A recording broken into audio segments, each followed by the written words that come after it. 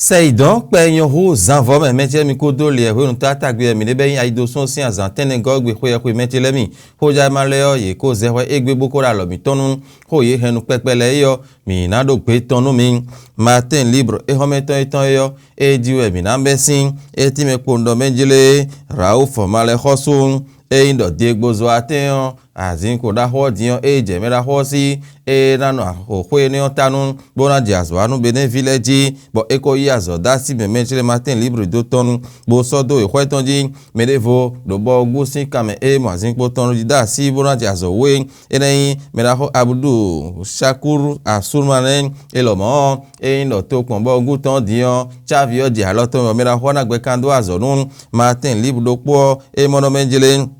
Dio teme e do achepa si akpahwe di do tadio kwezize to mei podo o noeto e romia do wara ide opo democrate leo ye mono menjele fie je din yo e o avo je kento hon e pa hui po mementilemi Matin Libre ese enero noeton bo sodo e hwetonjin e time po ndo menjele nungbo BEPC hweton e kaname bon hodo no do po ito ete de loa dubi do kanji bo uvekpepe e ye on do nanole do sisi wele yo ejen isi huwa conseil de même on no mi do yi do ganji akpo mo hofo Matin Libre e do ho enion bole modo menjele lo iji fon kansin apa hwe dion eleze nu pe de godan bo mede tin bo te gbon filo do taji o resi o monole awa jije si nda ho nen bo do gbe pa nu be nu ada to e ho to enion minat nole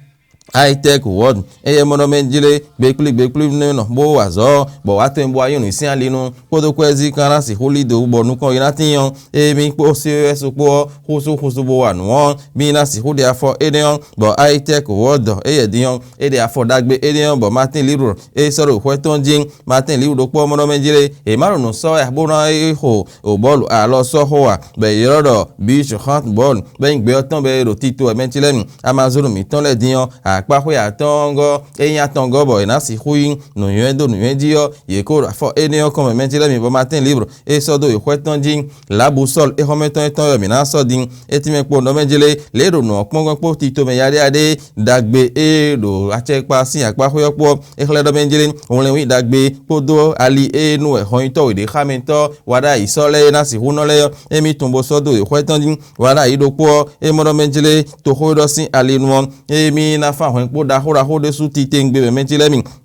bo yeme eyin beden vi bodo awon gbeji dan le ye ro gbe pa na ede su rauf male hosun e na si hoji azoto bo le na si hu azogbon fene teme yo e koyin odido to sande dion romia wada yi ena le Senegal sin to men bo na Mali sin to men bo na televo Guinée biso sin to men bo hoja male iso ye he ho ene onu e homen l'informateur e mi na so din etime po ndo menjire ha su ho de letin bo ye de yo ye ho doro pa o sin kan me don ye be agbon we de letin be ko tin alo eji hoho men informateur se ho bo informer be nevile do menjele mi na so do ho emiton din le do kwezi wada itan pon edin yo e hle po do menjele togbo de do taji yo togbo e do to e do sahel mi ado ni je po do to ele do fenele po togbo le na hin ho din bo be nevile dun irano itan ye me do tan le dun irano diwade ajona jija ya kwena wa goto nenu kiko ajije nen menjele informateur e we do ho enion menjele le telegram e we mi na sodin etime po ndo menjele nugbo romia de wada yi edo ahwado yola edime do mato itoroje la kwekwepe tin boy no sobono dalo ogbeta e lo iji fun ka ton leya ye me ro de 3 asin apawe din le yo ye motanga fran no po aro alire adede lenu boy gbo aro cho ho sweroje ko yan e pon vi hun e ve pon ba me to gan fe apon hoye bodo mi lowo mi ni mo pe ro go to lo ye ro eni on bo telegram sin bo sodo hwetonji o menche lemi ta baro de so e wa bo time po ndo menjele nugbo ye to pon gan e bo guton yo e ko azo do asime boko ro pa do e lo hoho me o honti na do wen to che na do je bo na do homi ton le si do poropo bo mi bi na no bu lobo azo alo me on ni we do ame Abdul Shakur Asuma Naro e we do eni on do bo gu kame don da baro ese bo so do e hwetonji e home me menche lemi fraternité ewe mina sodi etime kpo ndo menjile nugbo o to kpo ga temetemele kan to so temetemele me si hu inu mo constitution domele BEPC khoye ton e kana do zivie si kan metoro wo ma khobe lisimeton fine be hle kpo ndo menjile Clément ku chade le do yigbo do BEPC si alinu yo e mo le viyon vile kpodo o sun le kpo de ku hu ga de kakade o me yon vile de su kpo de su titengbe bo inu mo constitution donu lo fraternité we do enion le matinal e fonzan de su titengbe bo mo do menjile de gbozo atembe ne to otan dion raouf male hosu e o me azoda khora kho ekoro te kun e ko tun lo bo le na ja zo gbon khala manote yo e ko di do ho le matinal e se bo soro ko etonji minatne le o Laurent Zomai e ye dion ko suprême de ton khuyeme do e vera to kun ga yo su to kun ton zan de dion e da ya sin ko ton da silo kemi se ba sin ho mi matno menjile e ne ko ro tere suwa bo zan de dion ka cho mi aje liason si azatan we ne go gbe yo e ro de tiwe yo bene to de suna to me na di a la juero don ya di yo e ro de mi si o mi na se no poro mi ton la nouvelle génération e lo wa bo ti me po do menjile Clément ku chade ku tonu ewe e kanu BEPC o de khuyime bo nouvelle génération e do bo sodo we khwetonji e homen.